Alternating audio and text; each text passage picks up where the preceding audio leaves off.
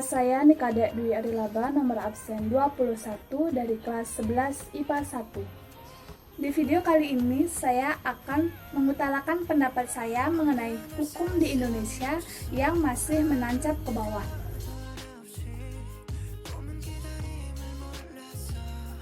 Dalam bukti empiris dapat kita saksikan bahwa dalam kasus korupsi mantan Gubernur Banten, Ratu Atut Chosyah yang dijatuhi hukuman 4 tahun penjara dan denda 200 juta rupiah.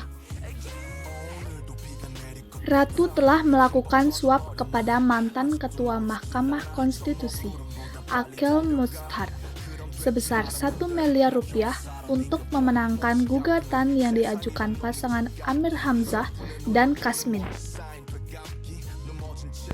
Bandingkan dengan kasus seorang nenek yang mencuri singkong karena kelaparan dan dijatuhi hukuman 2,5 tahun penjara.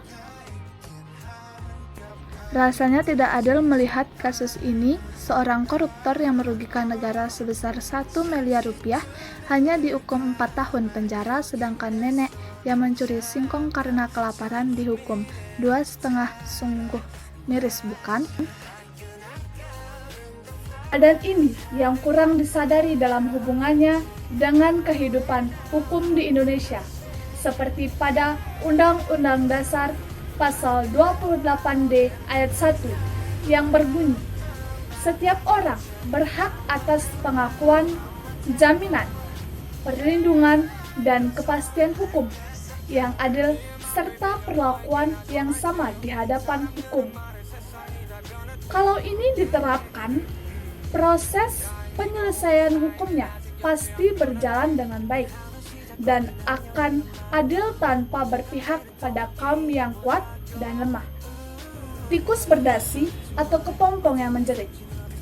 Tuntutan atau gugatan oleh seseorang yang berkelas atas atau yang kaya terhadap mereka yang berstatus rendah atau miskin akan cenderung dinilai serius, sehingga akan memperoleh reaksi, namun tidak demikian yang sebaliknya.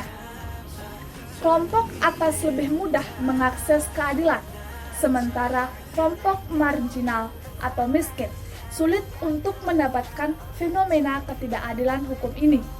Terus terjadi dalam praktik hukum di negeri ini.